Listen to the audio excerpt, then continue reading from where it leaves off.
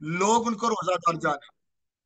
लेकिन पाक कलाम का मतलब ये है, यहाँ पर खुदावंद यीशु मसीह ने बता रहे हैं, मैं तुमसे सच कहता हूं कि वो अपना अजर पा चुके।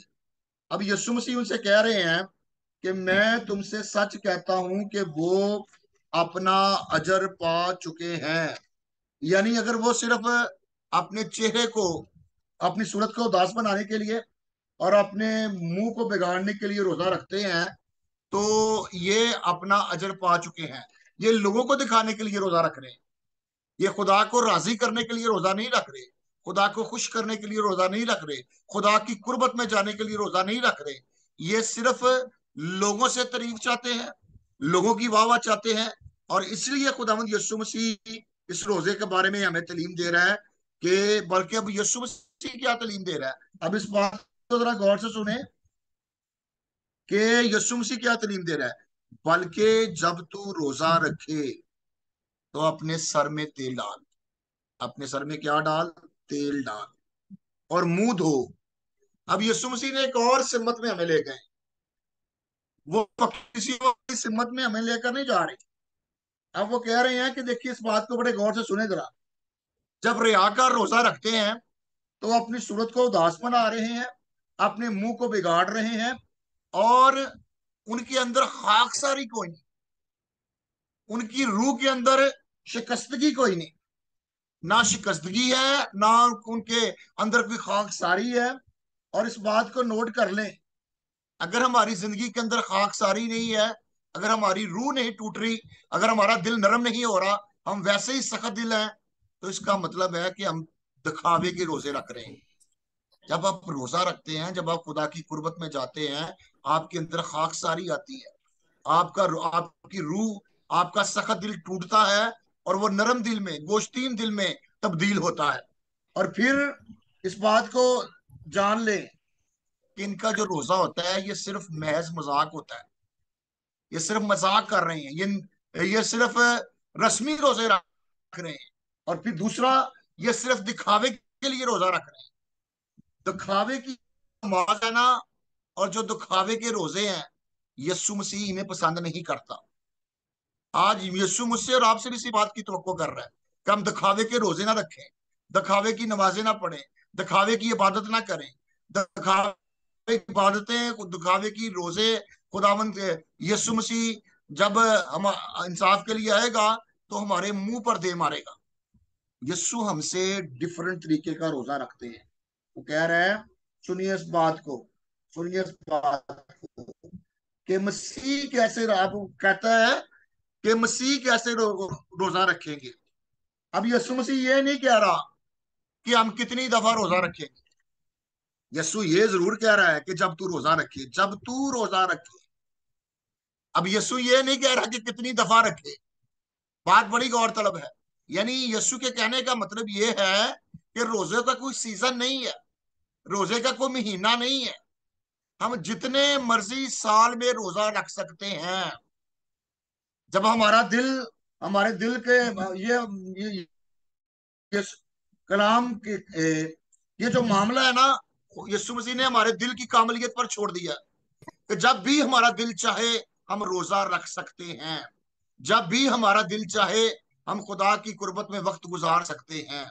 अपना कलाम हमें बता रहा है कि रोजा जो रखना है, ये एक फर्ज है। यीशु मसीह इसको खत्म नहीं कर रहे। यीशु मसीह इसको क्या कर रहे हैं? यीशु मसीह इसको फर्ज कर रहे हैं, लेकिन सीजन मुकर्रर नहीं कर रहे, दिन मुकर्रर नहीं कर रहे, टाइम मुकर्रर नहीं कर रहे। यीशु कह रहा है कि आप रोजा रख सकते हैं। अगर आप मुश्किल में हैं, आप रोजा रख सकते हैं। आपकी मुश्किल दूर नहीं हो रही, आप मुश्किल को दूर करने के लिए रोजा रख सकते हैं। आप खुदा को जलाल देने के लिए रोजा रखते हैं। आप अपनी रूहानी, आप अपनी रूहानी जो आपकी रूहानी कमियां हैं, उनको दूर करने के लिए, रूह से ममूर होने के लिए आप रोजा रख सकते हैं। इस बात को जरा नोट कर लें। मसीह ने खुद भी रोजा रखा। मसीह ने खुद भी रोजा रखा। और मसीह रोजा रखने से हमें मना नहीं कर रहा, बल्कि कह रहा है, बल्कि जब तू रोजा रखे। कलीसिया ने भी रोजा रखा, हालेलुया। हम पढ़ते हैं नए अहदनामे की कलीसिया भी रोजे रखती थी। जरा हवाले नोट कर ले। नए में की कलीसिया भी रोजे रखती थी। ईमाल की किताब है, उसका 13वां बाप है, उसकी दूसरी और तीसरी आयत। हवाला नोट कर ले, ईमाल की किताब उसका 13वां बाप, दूसरी और तीसरी आयत। अमाल की किताब उसका 14वां बाप और उसकी 23वीं आयत, 23वीं आयत। फिर इमाल की किताब उसका 27वां बाप और उसकी 33वीं आयत, उसकी 33वीं आयत। यानी पाक कलाम हमें बताता है कि यीशु रोजे रखता था, कलीसिया रोजे रखती थी, जो नए यहूदी की कलीसिया है। तो आज की जो मौजूदा कलीसिया है, ये भी रोजे रख सकती है। जब हम रोजा रखते हैं, इस बात को बड़े गौर से सुनिए।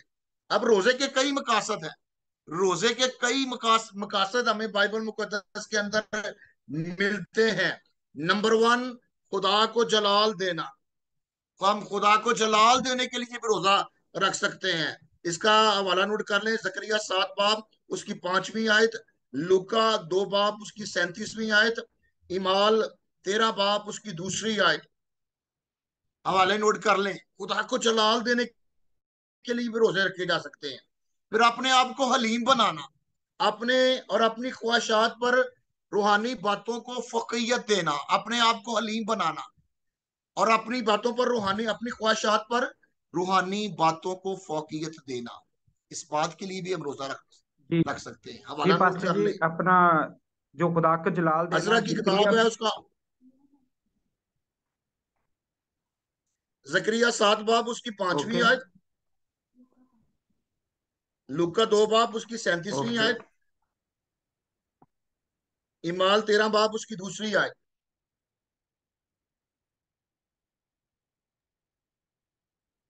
ठीक है। अब यानी अपने आप को हलीम बनाने के लिए रोजा रखना। अजरा की किताब है, उसका 8वां बाब उसकी 21वीं आयत, अजरा 8 बाब उसकी 21वीं आयत, जबूर 69 69 और उसकी आयत नंबर है 10, यसाया 58 58 और उसकी आयत नंबर है 3, उसकी आयत नंबर है 3।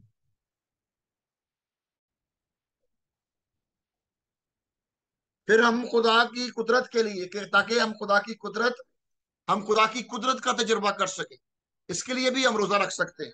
पहला पतरस उसका 5वां बाब उसकी 5वीं आयत, पहला पतरस 5वां बाब उसकी 5वीं आयत।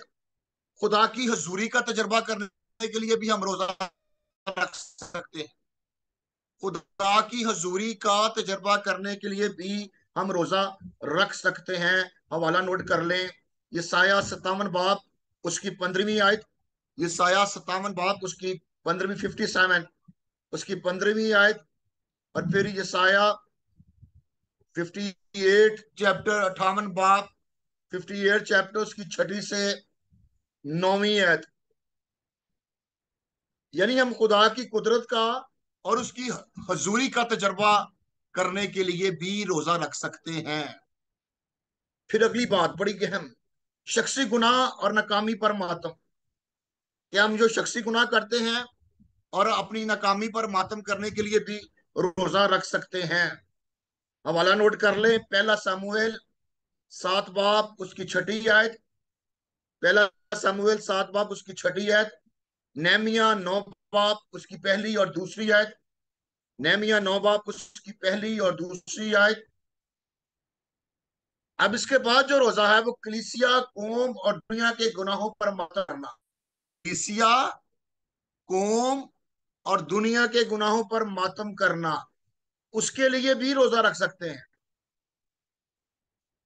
उसके लिए भी रोजा रख सकते हैं। पहला सामुएल 7 बाब उसकी 6ठी आयत, वही ऊपर वाले दोनों हवाले हैं, जो पहले मैंने हवाले लगाए उसी के अंदर ये बात है। अगली बात सुन लें, नए काम और खुदा के साथ अपनी वफादारी को मजबूत बनाने के लिए, नए काम और खुदा के साथ अपनी वफादारी को मजबूत बनाने के भी हम रोजा रख सकते हैं।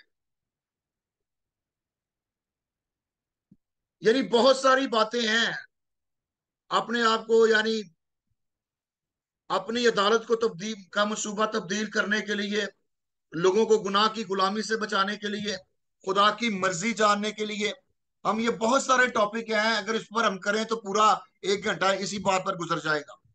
ये चंद मैंने आपको पॉइंट्स लिखाए हैं। बाद में आप गूगल पर जाकर आपके पास जो स्टडीज बाइबल है उनमें से भी आप बहुत सारी चीजें निकाल सकते हैं कि हम किन किन मकासद के लिए रोजे रख सकते हैं। इस बात को नोट कर लें। बकाया कोई कोई काम आपने भी करना है। मैंने आपको मेन मेन पॉइंट्स लिखाए हैं, इसके बाद और बड़े पॉइंट्स हैं कि वो आपने भी ढूंढने हैं, आपने भी रिसर्च करने हैं। शागिर्द या तालिब इल्म इसी का ढूंढता है, फिर अजाफा करता है, फिर आपको खुदा बरकत देता है। हालेलुया। अब इसी का कह रहा है, बल्कि जब यीशु ये नहीं कह रहा कि आपने अपने मुंह को बिगाड़ना है, तेल डाल। नॉर्मल दिनों, जैसे तू नॉर्मल दिनों में रहता है, तो तेल लगाता है, परफ्यूम चीज लगाता है, लेकिन जब तू रोजा रखे तो रोजे वाले दिनों भी तुम्हें सर में तेल डालना है। जैसे तू नॉर्मल दिनों में मुंह धोता है, उदास बना के कोने में बैठे रहना है, जी मैनू कोई ना छेड़े, आज मेरा रोजा है। नो, यस्सु ऐसी तालीम से क्या कर रहा है? मना कर रहा है। जहरी इबादत और ये जो रियाकारी है ना, ये जो एक्टिंग है रोजा रखने की, यस्सु से मना कर रहा है। यस्सु रोजे से मना नहीं कर रहा। रोजा रखकर जो हम एक्टिंग करते हैं, जो अदाकारी करते हैं, यस्सु उससे मना कर रहा है हमें। और अगली बात बड़ी अहम बात है, कहते ताकि आदमी नहीं। यस्सु का मेन मतलब जो है, हम जो कुछ भी मजहब के अंदर आकर करते हैं, जो कुछ भी हम करते हैं, वो सिर्फ बाप को, तेरा बाप जो पोशीदगी में देखता है तुझे रोजादार जाने। पाक कलाम कह रहा है कि जब तक वो आदमी नहीं, वो आदमियों से वाह वाह कराने के लिए, आदमियों से अपनी, वो कहता है तेरा बाप जो पोशीदगी में है तुझे रोजादार जाने। इस सूरत में तेरा बाप जो पोशीदगी में देखता है तुझे बदला देगा। इसका मतलब क्या हुआ कि जो दुआ है, जो रोजा है, ये जो दुआ है, जो खैरात है, और जो रोजा है, इन तीनों बातों में यीशु मसीह ने एक बड़ी अहम बात की है, पोशीदगी। दुआ करनी है पोशीदगी में, खैरात करनी है पोशीदगी में। तेरा दायां हाथ दे, तेरा बायां हाथ ना जाने। अब इस बात को नोट कर ले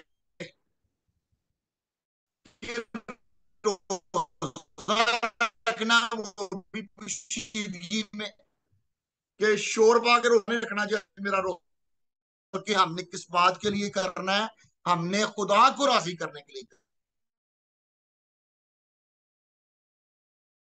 बेहतरी के लिए करना है। और कहता है इस सूरत में तेरा बाप जो पोशीदगी में तुझे देखता है तुझे बदला देगा। इस सूरत में तेरा बाप, पहाड़ी आवाज में ना, यीशु मसीह ने ये बड़ी जबरदस्त बातें कही हैं। उसने कहा कि बाप, मैंने शायद हो सकता है पिछली मर्तबा आपको लिखाया हो कि पहाड़ी आवाज में यीशु मसीह ने 17 मर्तबा बाप का लफ्ज इस्तेमाल किया है, 5 मर्तबा खुदा का लफ्ज इस्तेमाल किया है, खुदावंद का लफ्ज भी 5 मर्तबा इस्तेमाल किया है। यानी यीशु यहाँ पर कह रहा है कि तेरा बाप, जिस तरह बाप, जमीनी बाप जब उसकी औलाद अच्छे काम करती है खुश होता है ना, इसी तरह वो कहता है कि तेरा आसमानी बाप, जब तू रियाकारी की इबादत, रियाकारी की दुआ, रियाकारी की खैरात और रियाकारी का रोजा नहीं ना रखेगा, फिर तेरा बाप जो पोशीदगी में देखता है तो उसका तुझे इसका क्या मिलेगा? अजर मिलेगा। एक खुदा के खादम ने बड़ी जबरदस्त बात कही है, जरा सुनिए इस बात को, जरा नोट कीजिए, नोट कीजिए। यहाँ वो कह रहा है कि दीनदारी के रोजे, इस हवाले को, इस बात को लिख लें, बड़ी अहम बात है। कहता है दीनदारी के रोजे अगर दुरुस्ती से रखे जाएं, या दुरुस्त तरीके से रखे जाएं, दीनदारी के रोजे अगर दुरुस्त तरीके से रखे जाए तो बहुत जल्द अजर में दामी जियाफत मिलेगी। बहुत जल्द अजर में दायमी जियाफत मिलेगी। हालेलुया। हम जमीनी जियाफतें बड़ी करते हैं, वो खत्म हो जाने वाली हैं। जो दायमी, हमेशा कायम रहने वाली जियाफत है, वो बर्रे की जियाफत है। वो ये अजर मिलेगा ना, उस दायमी दायमी यानी हमेशा रहने वाली जियाफत में हमें उसका अजर मिलेगा। इस बात को नोट कर लें। खुदा हमें, यस्सु हमें चाहता है कि हमें उस दायमी जियाफत में अजर मिले। हम दुनिया की वाह वाह नहीं वो हमसे करवाना चाहता। वो कहता है कि खुदा की उस बर्रे की उस शादी में, बर्रे की उस जियाफत में आप शरीक हो, और आप उन अबदी मकानों का और उस बादशाही का, उस मिरास का जो खुदा ने अपने नेक लोगों के लिए तैयार की है, उसमें आप इस अजर को पा सकें। हालेलुया। और इस बात को नोट कर ले, नोट कर ले जरा, इस बात को नोट कर ले कि जब हम यीशु के कहने, तो रोजा जो है ना, ये रूह की शिकस्तगी है, और रूह की हलीमी के लिए होता है। रूह की शिकस्तगी और रूह की हलीमी के लिए रोजा होता है। अगर हम यीशु के कहने के मुताबिक जो यीशु कहता है वो रोजा रखते हैं ना, तो फिर हमारी रूह के अंदर शिकस्तगी आती है, टूटती है हमारी रूह। वो बुराइयों से, बदियों से निकलकर हलीमी में आ जाती है, और जो हलीमी में आ जाता है, मेरा खुदा उसे सरफराज करता है। और इस बात को नोट कर लें, रोजा आखिर पर आया है। रोजा कब आया है? रोजा पहले आई है खैर, उसके बाद आई है दुआ, उसके बाद आया है रोजा।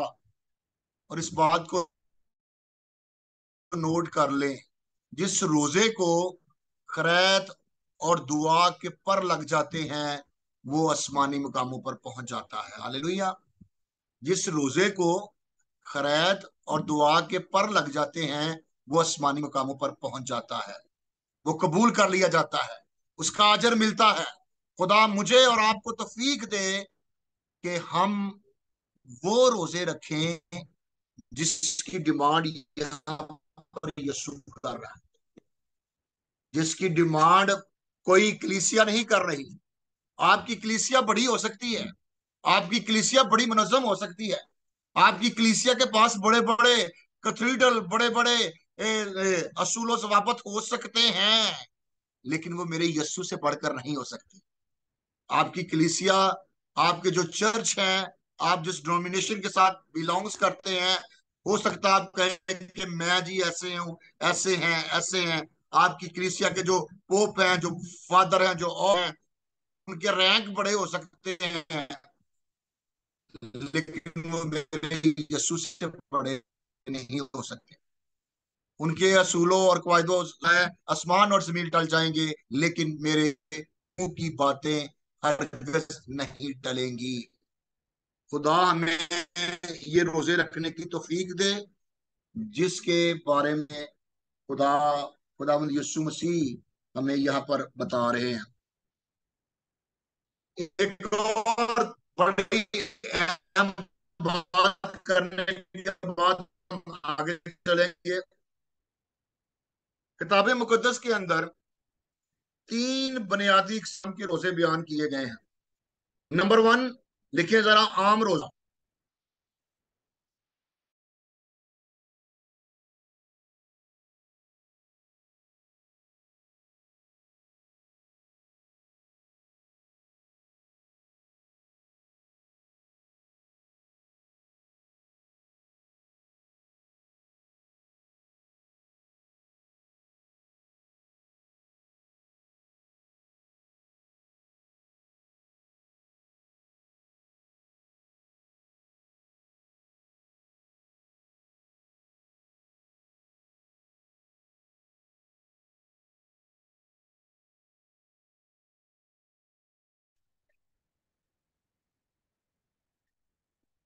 हालेलुया। थोड़ी सी नेट प्रॉब्लम हो गई थी। अच्छा, नंबर वन, जरा नोट कर लें इस बात को। नंबर वन जो रोजा है, आम रोजा, इसमें हर तरह के खाने से परहेज करना, जिसमें ठोस और माया अशिया भी शामिल हैं।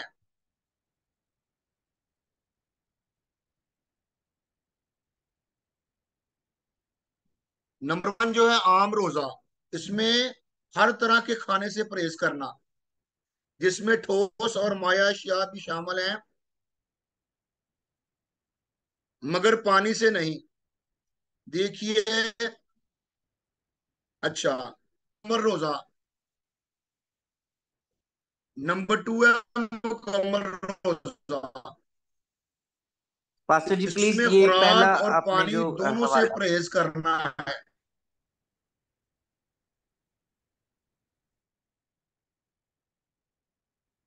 वो है जी आम रोजा, हर तरह के खाने से परहेज करना जिसमें ठोस और माया एशिया भी शामिल है, मगर पानी से नहीं। कुछ ऐसे भी लोग रोजा रखते हैं कि वो ठोस चीजों से परहेज करते हैं, जो लेकिन वो पानी से परहेज नहीं करते। पानी हल्का फुल्का, वो बास को मेडिकल प्रॉब्लम होती है, कोई भी प्रॉब्लम्स हो सकती है, लेकिन उसमें उनको इजाजत होती है कि वो थोड़ा बहुत पानी पी सकते हैं। इसमें मैं आपको इसका हवाला अभी बाद में बताता हूँ। इसके बाद है मुकम्मल रोजा। नंबर 2 मुकम्मल रोजा, खुराक और पानी दोनों से परहेज करना। खुराक और पानी दोनों से परहेज करना। आस्तर 4 बाब उसकी 16वीं आयत, हवाला नोट कर। आस्तर 4 बाब उसकी 16वीं आयत, इमाल 9 बाब उसकी 9वीं आयत। इमाल 9 बाब उसकी 9वीं आयत। और इसके लिए जरा नोट कीजिए, आम तो 3 दिन से ज्यादा का नहीं होना चाहिए। आम तौर पर इस किस्म का रोजा 3 दिन से ज्यादा का नहीं होना चाहिए, क्योंकि उसके बाद जिस्म में पानी की कमी वाकया होना शुरू हो जाती है। उसके बाद जिस्म में पानी की कमी वाकया होना शुरू हो जाती है। चंद जिस्मानी वजूहात की बिना पर लोग इतना सख्त रोजा नहीं रख सकते।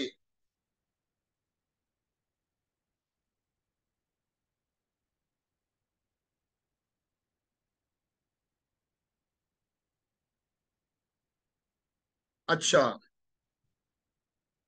अब जो तीसरा रोजा है, अच्छा, अब मैं आपको, मूसा और एलिया ने जो 40 दिन का रोजा रखा था, मुकम्मल रोजा रखा था, इस बात को बड़े गौर से सुनिए। वो जमीनी हालत में नहीं थे, वो मुअक्कल फितरत यानी उस अल फितरत के हालात में उन्होंने ये रोजा रखा था। वो जमीनी मकाम यानी जमीनी, इस जमीन पर, इस दुनिया के अंदर नहीं थे, वो खुदा की हजूरी में थे। उन्होंने खुदा की हजूरी में ये रोजा रखा था, यानी कोई इलाही फितरत के कंट्रोल के अंदर थे वो। इसके लिए हवाला नोट कर लें, खरूज 34 बाब उसकी 28वीं आयत। खरूज 34 बाब उसकी 28वीं आयत। अस्तिस्ना 9 बाब उसकी 9वीं आयत। अस्तिस्ना 9 बाब उसकी 9वीं आयत। अस्तिस्ना 18वां बाब उसकी पहली आयत। और सलातीन, पहली सलातीन उसका 19वां बाब उसकी 8वीं आयत।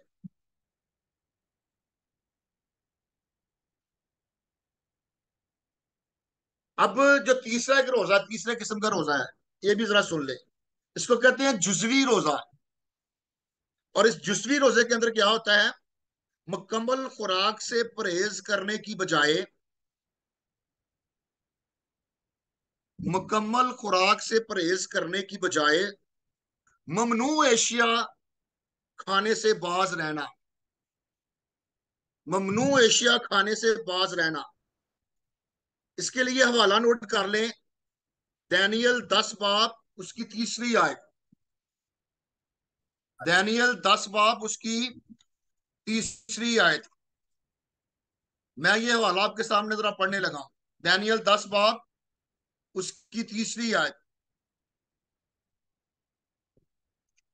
यहां पर लिखा है, मैं दानियल दूसरी आयत से पढ़ने लगा हूं। मैं दानियल उन दिनों में 3 हफ्तों तक मातम करता रहा। अब मातम करने वाले दिनों में उसने क्या किया?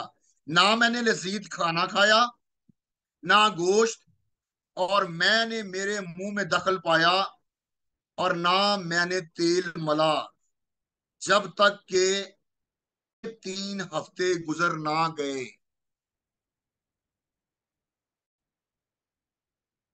3 पूरे 3 हफ्ते गुजरना गए। एक कह रहा है मैंने, लोग भी तेल नहीं मलते थे, यहूदी लोग भी तेल नहीं मलते थे। इस बात को जरा नोट कर ले।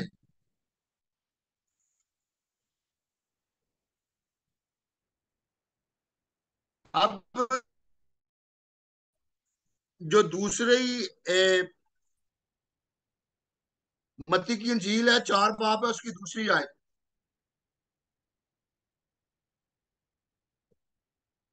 मत्ती की अंजील, चौथा बाब, और उसकी दूसरी आयत।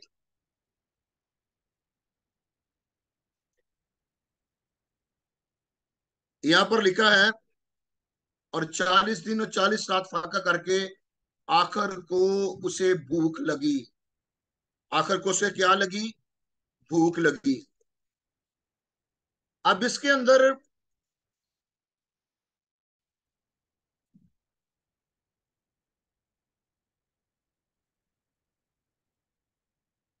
उसको भूख लगी।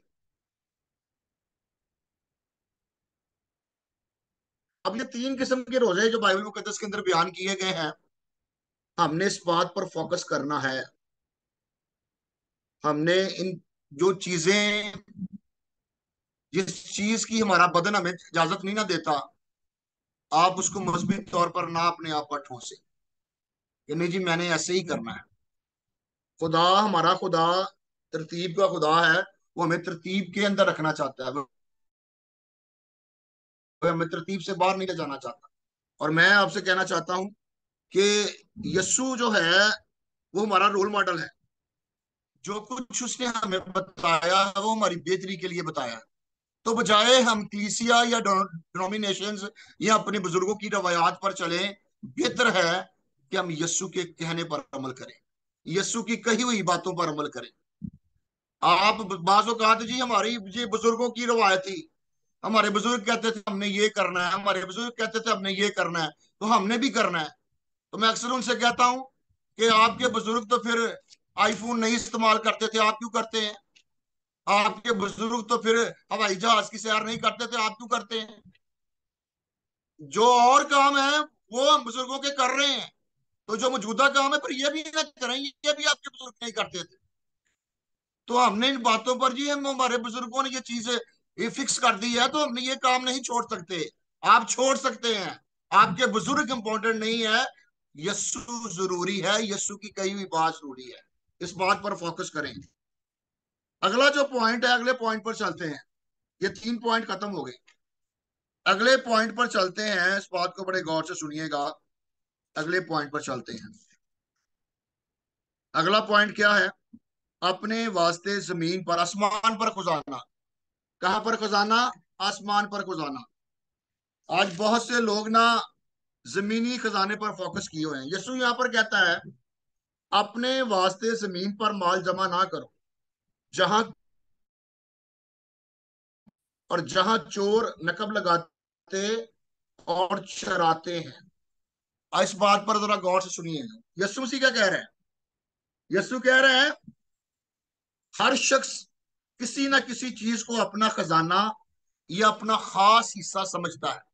हर शख्स, जो आप भी हैं, किसी ना किसी चीज को अपना खास खजाना या अपना खास हिस्सा समझते हैं।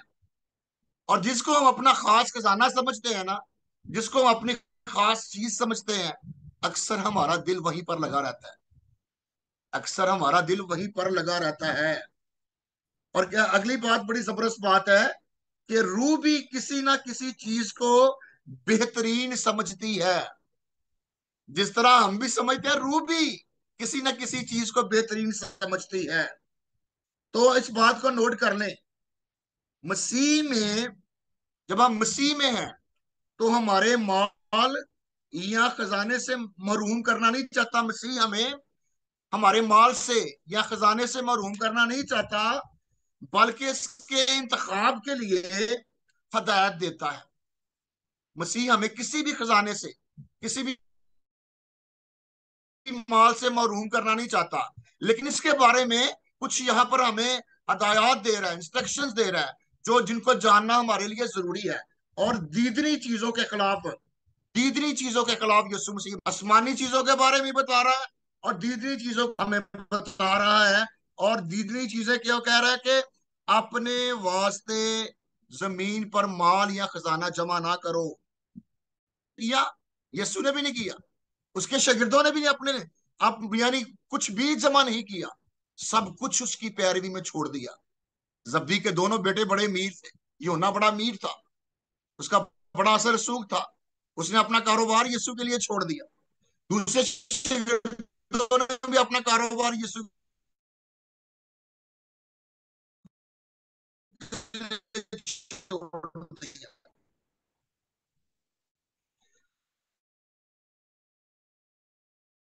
किया तो इससे मुराद क्या है? इससे मुराद क्या है? वो कह रहे हैं कि हम जमीनी चीजों को बेहतरीन चीजें ना समझें। बाज़ औक़ात साहब हम जमीनी चीजों को बड़ी बेहतरीन चीजें समझते हैं। हम कहते हैं ये बड़ी अव्वल है, ये बड़ी उत्तम है, ये बड़ी आला है, ये बड़ी अफजल है। लेकिन यीशु हमारा ध्यान किसी और जगह पर लगा रहा है। वो कहता है हमें इनके जलाल पर ना जाएं, हम इन जमीनी चीजों के जलाल पर ना जाएं, क्योंकि ये बेइंतहा जलाल के मुकाबले में बेजलाल है। हालेलुया। दूसरा क्रंथियों हवाला नोट कर लें, दूसरा क्रंथियों तीसरा बाब उसकी 10वीं आयत के अंदर हमें बताया गया है कि जो आसमान पर चीजें हैं वो बेइंतहा जलाली है, वो बेइंतहा उत्तम है, आला है, अफजल है। हमें इन जमीनी चीजों की उनके जलाल की तरफ माइल नहीं होना। और फिर कहता है कि हमें इन चीजों का लालच नहीं होना चाहिए। हमारे पास इन चीजों के अंबार ना हो, हम जमा ही करते जाएं, जमा ही करते जाएं, जमा ही करते जाएं, और फिर भी काफी ना समझें। हमारे पास वाफर पैसा हो फिर भी उसको हम काफी ना समझेंगे। नहीं नहीं नहीं, हाली भी काटे, हाली भी काटे, हाली भी काटे। अब वो क्या कहता है, सुनिए इस बात को, सुनिए इस बात को। मुकद्दस अय्यूब 31वें बाब की 24वीं आयत में एक बड़ी जबरदस्त बात सिखाता है। बड़ी जबरदस्त बात। आज ना लोग सोने पर बड़ा इत्मीनान करते हैं, गोल्ड पर बड़ा इत्मीनान करते हैं। मेरे पास इतना गोल्ड हो, इतना गोल्ड। मुकद्दस अय्यूब ने हमें इस बात सिखाई। वो कहता है सोने से ना कहें कि मेरा इत्मीनान तुझ पर है। कहता सोने से ना कहें कि मेरा इत्मीनान तुझ पर है, बल्कि खुदा से कहें कि मेरा इत्मीनान तुझ पर है। काश मेरा और आपका इत्मीनान यीशु पर हो, खुदा पर हो, रूल कुदस पर हो।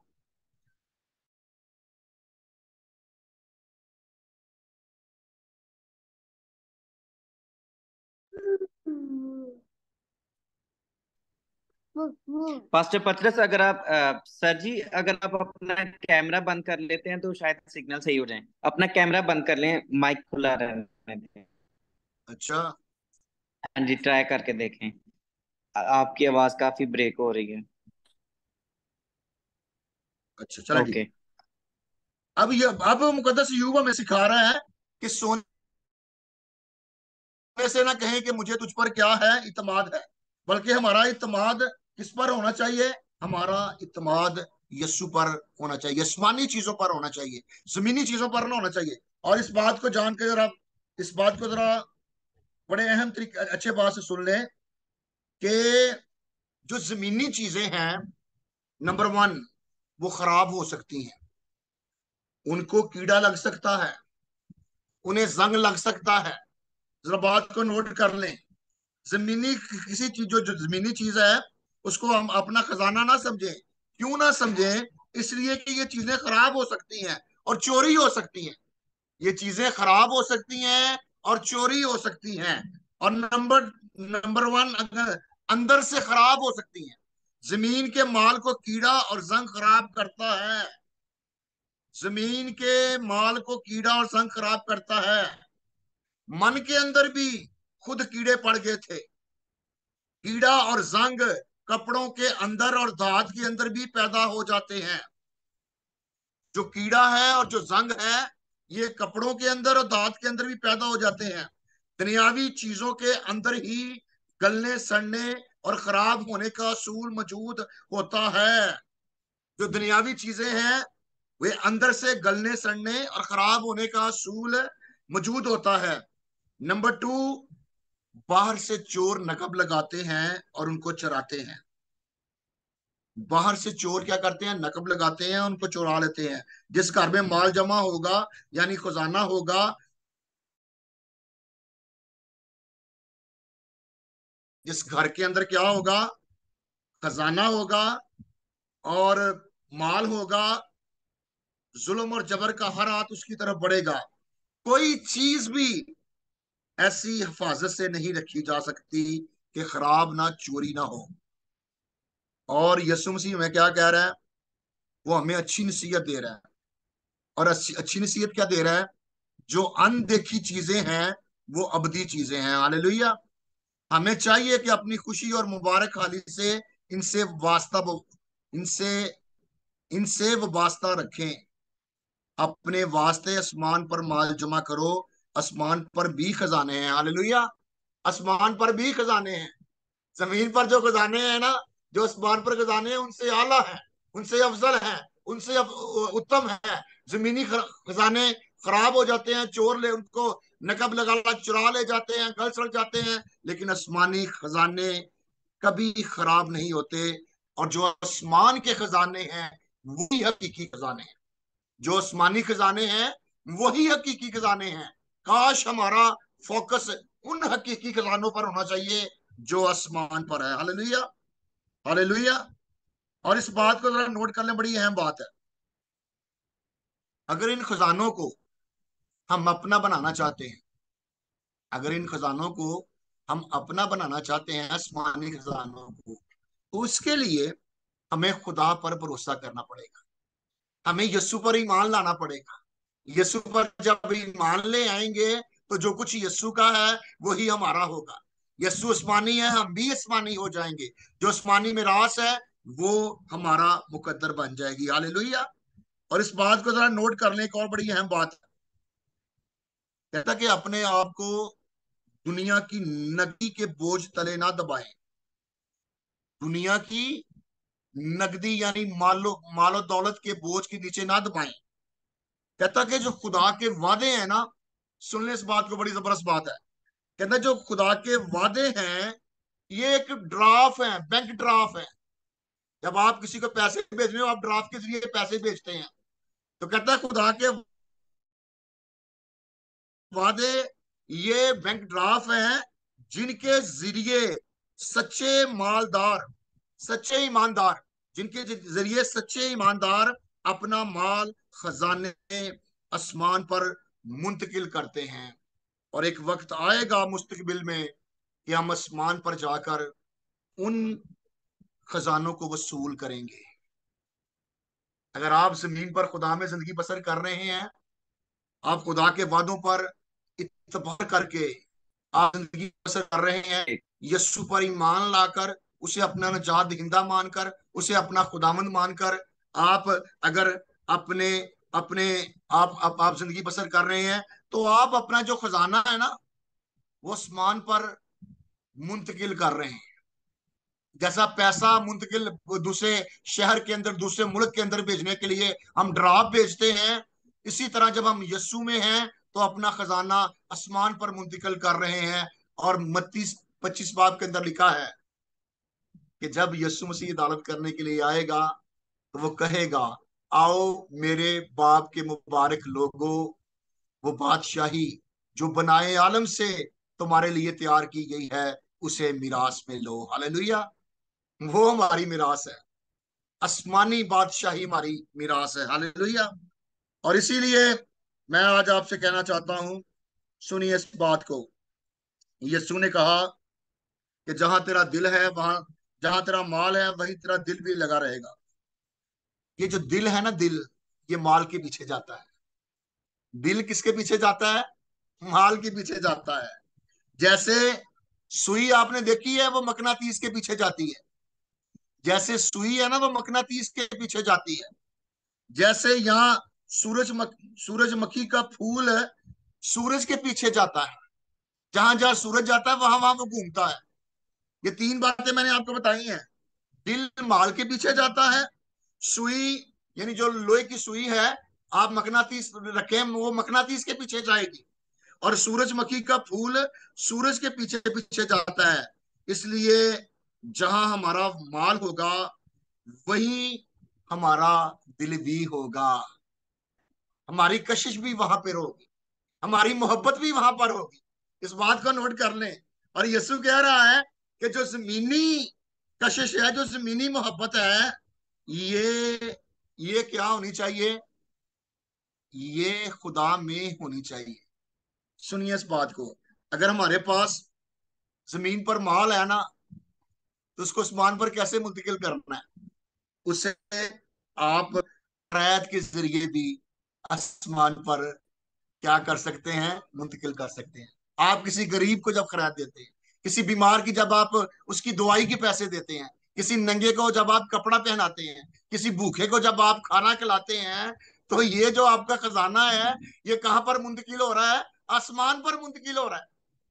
वैसे आपके पैसे चोरी भी हो सकते हैं। कोई एटीएम जो पैसे काट दे, वो आके डाकू भी ताड़ को पैसे खो सकते हैं। लेकिन जब आप पैसा खैरात के अंदर दे रहे हैं, तो इन खैरात का, इन दुआओं का, इन रोजों का हमें अजर मिलेगा। इन खैरात का, रोजों का हमें क्या मिलेगा? अजर मिलेगा। और यीशु मसीह हमें कह रहा है, यीशु मसीह हमें बड़ी जबरदस्त बात सिखा रहा है कि हमारा दिल जमीनी माल पर नहीं, बल्कि आसमानी चीजों पर हमारा दिल लगना चाहिए। तो खुदावंद इस क्लास के वसीला से मुझे और आपको बरकत दे कि हम उसी तरह रोजा रखें जिस तरह यीशु हमसे जिस बात की तवक्को करता है। हम उसी तरह खैरात करें जिसकी हमें यीशु हमसे डिमांड करता है। हम उसी तरह नमाज पढ़ें, हम उसी तरह नमाज पढ़ें। सुन ले, इस बात को, बड़ी अहम बात है। जो खैरात और रोजे के दरमियान दुआ आई है, खैरात और रोजे के दरमियान क्या आई है? दुआ आई है। और दुआ रोजे और खैरात की जान है। जो दुआ है ना, ये रोजे और खैरात की क्या है जी? ये जान है। सुन ले इस बात को, ये दोनों की जान और जिंदगी है। दुआ, रोजे और खैरात दोनों की जान और जिंदगी है। हालेलुया। जब आप खैरात करते हैं तो दुआ करें कि मैं, जो वाकई नीडी पीपल हैं, उनका तक आपका पैसा जाए। और उसको रियाकारी के लिए नहीं, वाह वाह, लोगों की वाह वाह लेने के लिए नहीं, बल्कि यस्सु से शाबाश लेने के लिए करें। जब आप रोजा रखते हैं तो लोगों की वाह वाह लेने के लिए नहीं, बल्कि यस्सु की शाबाश लेने के लिए, बाप का अजर लेने के लिए ये काम करें। ये रास्तबाजी के काम हैं। खुदा मुझे और आपको तौफीक दे कि हम ये रास्तबाजी के काम दुरुस्त तरीके से करें, यस्सु के कहने के मुताबिक करें, अंजील के बताए हुए जो असूल हैं, जो तरीके हैं, उनके मुताबिक करें, ना कि किसी डिनोमिनेशन या किसी ऑर्गेनाइजेशन के कहने के मुताबिक करें। खुदा मुझे और आपको यस्सु में और अंजील में जिंदगी बसर करने की तौफीक दे। खुदावंद आप सबको बड़ी बरकत दे। आमीन।